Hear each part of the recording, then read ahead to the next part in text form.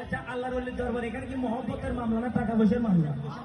একটু মহব্বতের আওয়াজে বলেন, এড়ে মামলা চলে দিলে দিলে